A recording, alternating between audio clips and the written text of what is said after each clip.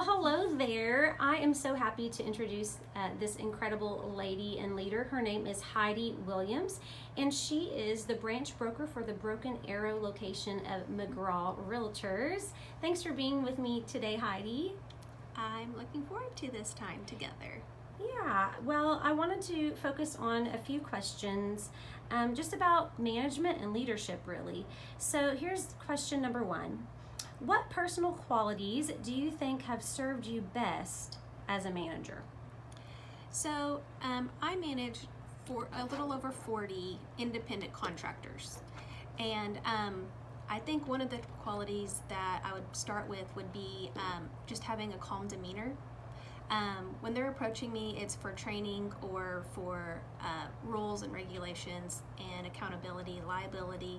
And so I want them to feel like they can come to me, be approachable and calm when they express that they have a problem. So they can come and know that I'm not going to yell at them or get super excitable about a situation. Second of all, I think a quality that I have is for creating systems. So I do a lot of training, and for that I have to create documents, cheat sheets for contracts, and those types of things. And while system seems like it's not people oriented, it really is, because then I can treat everybody fairly. I can refer to the same system for every personality and every person who comes in for those questions. Really good. All right, have there ever been any personal traits in particular that you've had to work to develop while you're in your leadership role? Yes, so confrontation skills. I would usually avoid them, but over the past few years I have had to develop those, and I wouldn't say I've perfected it yet, but I kind of hung on to a quote that sometimes it only takes 20 seconds of insane courage. And I know in the movie, I think it's about a zoo, but anyway, it was kind of like a big life-changing decision, but I kind of pulled it into an everyday situation for me and realized that if I practice that kind of on repeat, that it becomes more comfortable every single time to just have the 20 seconds to make the phone call or call the meeting or approach someone who I'm going to have to correct. That's such a good rule to have in life. All right, next up, what are some major motivations for your current role? So over a 2-year period, I've added about 10 to 14 brand new agents, meaning they just got their license, passed the state test, and had never touched a contract before. And so my motivation really is seeing them succeed. And even though they go through all the CE classes and the state test, they don't really know what they're getting into till they have their first transaction. And so seeing their eyes light up and their feeling of success gives me great satisfaction knowing that I played a part in having that success for them, and also knowing that my role was important and vital to them getting to that point. So. Very good. As a manager, what have you found best motivates your employees? Recognition. So positive recognition. When we're in a sales meeting, some public recognition, or on social media, public recognition. We have pages set up that are private just to our office that would sometimes have shout outs, but also then just public for everybody's friends and family to see. Then other agents or just other situations, it might be a handwritten note or a phone call just to say, I really appreciate what you've done, or I noticed what you're doing. I think that's been the biggest motivator, and it also builds some loyalty to our branch. Absolutely. They say praise publicly and criticize privately, right? Yes. Very good. All right, next. Do you have a system or process in place for confronting workplace behaviors that are in conflict with the working environment you desire? I wouldn't say I have a system, but I have a planned approach. So my planned approach is, I found this quote, and it is just to charmingly disarm. And I've decided that in my Southern management style, I would use that. And so not too long ago, I had an agent who, they're independent contractors. They get to hear about other brokerages all the time. They're being recruited. And there were a few conversations I overheard where she was really kind of talking up another brokerage, which of course would impede and discourage people from the culture here in our office. So first of all, I took time to consider, rather than just overreacting at the moment, what might be going on. Then I called a meeting, and then I approached her asking her if she was unhappy, if there was things that she felt like she couldn't talk to me about. And I had a list of questions that disarmed her and made her feel like her happiness was my forethought. And it is. I do want her to be happy, but because if she's not, then she's going to spread that unhappiness throughout the office. So it made her realize that I noticed what was happening, noticed how she was impacted, and that it was impacting other agents in a way that showed that I care about her, but I was also not going to let it slide. Very good. I love it.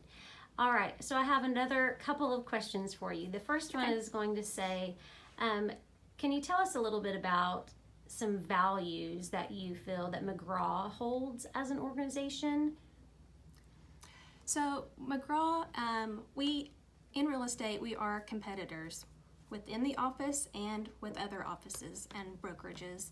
But I feel like the culture here is that we value a friendly competition, and that your competition is really against yourself and your own production, your own goals. So we aren't encouraging that you are competing against the person in the office next door to you. Also, we encourage paying it forward. So when I train someone, I encourage them to mentor or train the next person.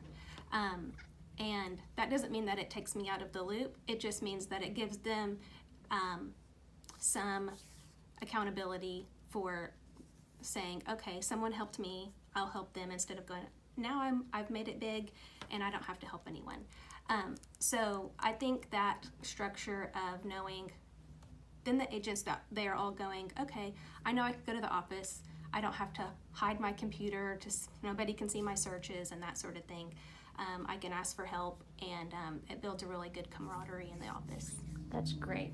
What's something that you love about the real estate industry?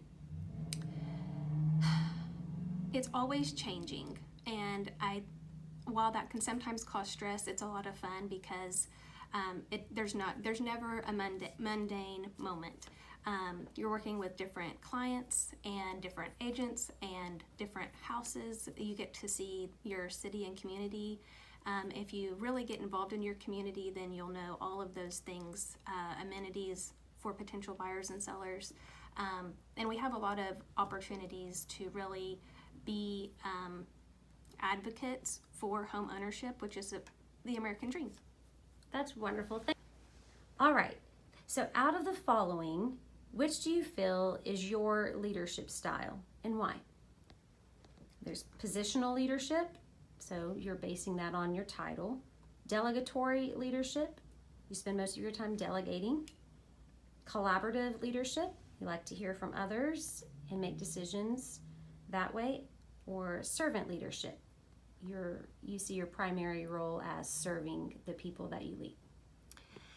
Well, goodness, I would say a little bit of each of those. So when I'm given the authority to be the leader in a situation, then I do take that seriously. And so I will make sure that whatever the task is completed in the time frame that it's supposed to be completed. And whether that's me doing the work or delegating that work. Because mostly I manage independent contractors, there's a lot of delegation. So even though I may want to micromanage how they're writing things, I have to be delegatory and allow them to find ways to find new clients, I can't really say you need to spend an hour every day doing this. I can say it, but I can't mandate it. So I just have to give them the ideas, delegate the work, and then let them come back to me with their progress. And then because I'm in a training situation, I'm always training. I do like that to be collaborative because I feel like everybody learns in a different way. And so I can tell you the way I do it, but I think it's helpful when another agent shares how they've done it or the experience they've had. And that collaboration hopefully gives everybody in the room a new idea or perspective and makes us all stronger. So while I go in as the leader and as the final authority on if that's legal or not, I want to express or let everybody else express how they feel about it, how they've done it in action, and that we can all learn from that. I would say my strongest and most used leadership style is the servant style. I think in our industry, we are serving the public, we're serving our client, and then in my role, I'm serving the agents that are in my office. We really are partners, and I am providing the tools for them to do their job, and that means that I answer the phone when they have a question, and that means that I'm just there for them when they need it. So I'm serving their needs, and I even will make attempts to serve them at our potlucks or whatever that is, to show that I'm putting them first, and that I think leading from behind in that way gives me some equity, so that when I do have to approach them with a problem, they know that I'm not just being only the demanding leader. And so I feel better about that approach. Because I'm a branch broker in a company that has 18 branches, there are 18 of us throughout Oklahoma and Arkansas. And we also have, of course, manager meetings and manager structure. And so that also is a collaboration of leadership, to be actively invested and involved. So Bill McCullough, our president, always says no involvement, no commitment. So if you're not involved, you're not really committed to the cause and the purpose of the growth of our company and the growth of the agents and the goals that we've set. So I would say all four. Very good. I love it. It was kind of a trick question, but you didn't fall for the trick. Great job. Thank you.